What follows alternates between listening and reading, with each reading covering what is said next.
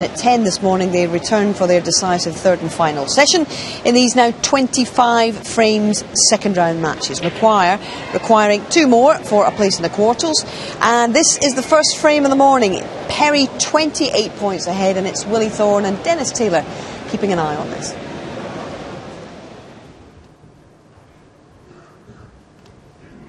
See, the normal escape would be off there and into, but look where that other cue ball is. He'd leave the easy pot to the middle pocket. So it's not an option.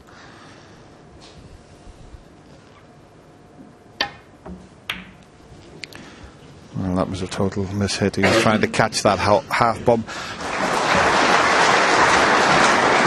I think if he was going to play that shot, well, maybe he couldn't see enough of the left side cushion to play the one that was near the middle pocket. I can only presume, though, Dennis, unless he's playing the one over the pocket, I can't understand how he could miss that first red by so far. Was he playing the first red to come back behind the black with the white? It was either that or hitting at the other side to go up into the balk area. We'll never know unless we ask him.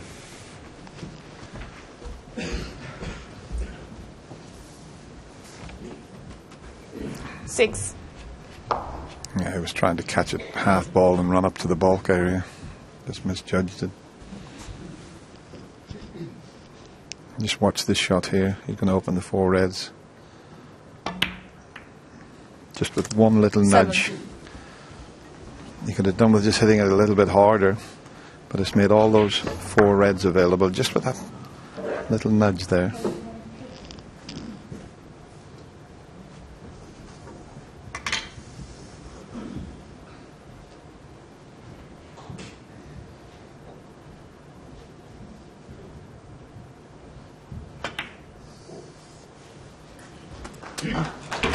Well, at first I thought it was going to be the start that Joe Perry needed. Got off to a very quick lead in this frame and then broke down.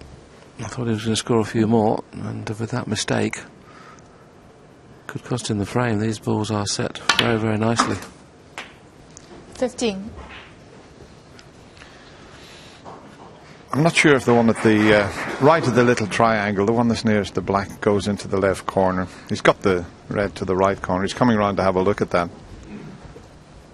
Just where he's cueing there. And that's trying to tell us what's available. And as you can see, if he gets it in the right spot, he can pot that. And if he doesn't get it in the right spot, he's got the one to the right corner.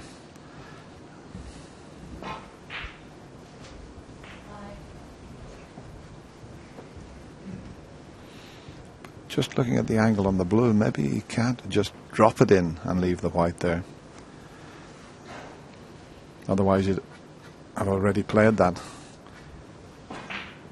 There's no problem swinging the right round two cushions though, with a lot of right hand side. He can still get onto one to the extreme right of your picture there. Just had to get into the cue ball enough. Mind you, he's hit that miles too hard. And if he's on the red nearest the white is now, he's very lucky. Overran that by 3 feet, Dennis, didn't he? Yeah, he was a bit reluctant to play the cannon onto the three reds there, which would have opened everything up. He didn't want to risk the cannon. And as you say, he overhit that by quite a way. But he's dropped on this quite comfortably, as you can see there. Oh, hang on a minute. Stephen McGuire, 20.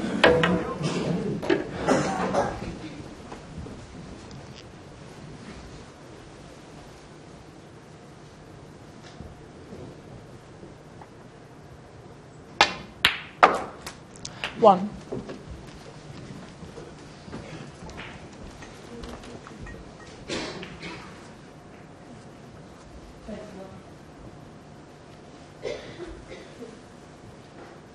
Are you a little surprised like I am, Dennis? There's quite a few people out of form in this tournament. I think of John Higgins, Graham Dott, Marco Fu.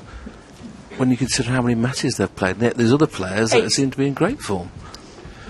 Well, it seems to be the players that are coming through the qualifiers, and of course all the players are getting so much match practice now with so many tournaments to play in. You know, the top players are not safe. The lower seeded players are coming through, and just look at Stephen Hendry, the way he's played, having to go back playing in qualifiers, and now back playing as well as I've ever seen him play. Bit surprised at John Higgins. I just don't know what's happened. John, he hasn't been playing at all in his match against Stephen, although Stephen has been excellent. Do you think it's too much of an advantage having the final qualifier match just a week before the venue? No, I think they've got a busy schedule anyway. When you get here to the Crucible anyway, it's an even playing field, but it does help the player coming through that's qualified.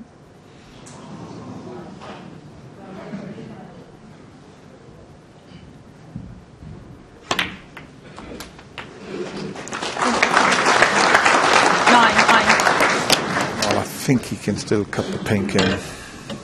Could have finished a little better than this. Just about the only kiss that was no good, was it? You'd have thought playing it the way he did, he's sure to be on the pink and almost guaranteed to be on the black as well. He's put the black safe, and as Dennis just mentioned, the pink is cuttable but very, very thin. Look at that shot. You thought he's bound to be on both colours. That's usually the case when you're struggling a little bit. They run a little awkward. When you're playing well, they all finish up in perfect positions. That was about the best he could do from that angle. 15.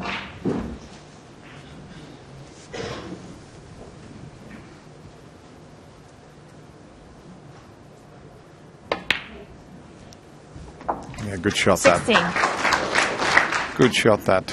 Perfect angle to bring both reds into play.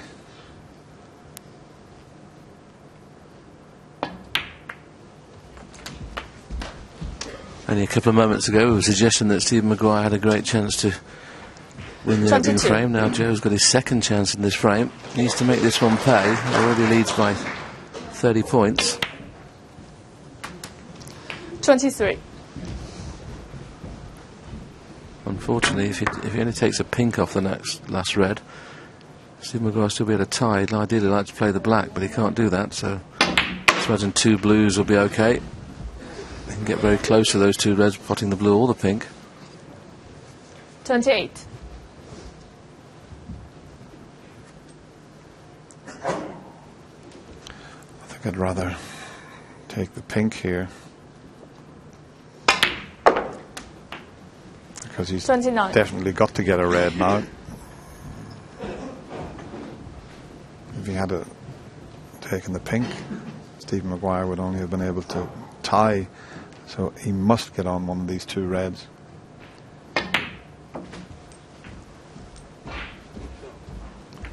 And that'll do nicely. Thank you very much. What an excellent shot that was. There was precious little room to go between the pocket and the green there to play that little cannon. That was an excellent shot. Deserves to win the frame from that one shot, 35. which he has done now. Yeah, he judged it to perfection.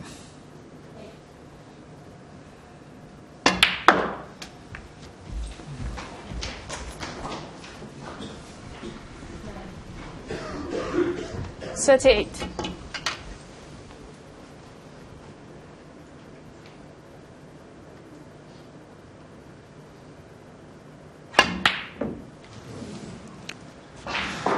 I don't think I worry too much about Joe missing the Perry, red. 38, Stephen Maguire just nods to the referee and he concedes his opening frame.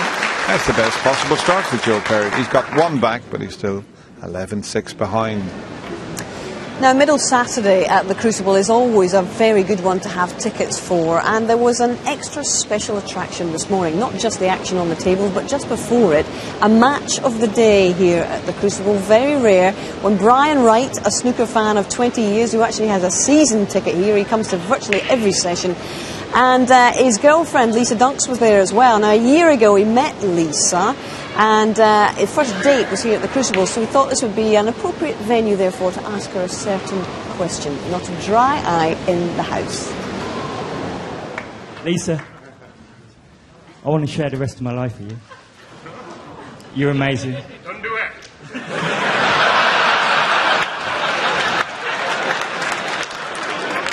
You're truly beautiful. You're my best friend. You're my soulmate. And I love you with all my heart. Lisa, will you marry me?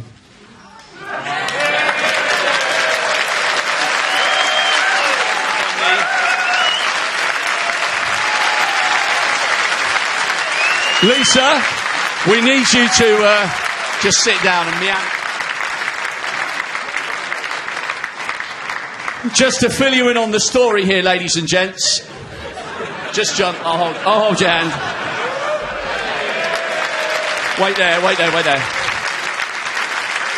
Just to fill you in on this story, we've been so excited about this.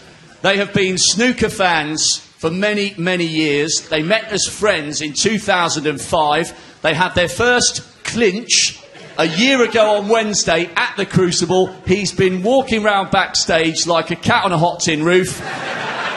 Brian, do the business.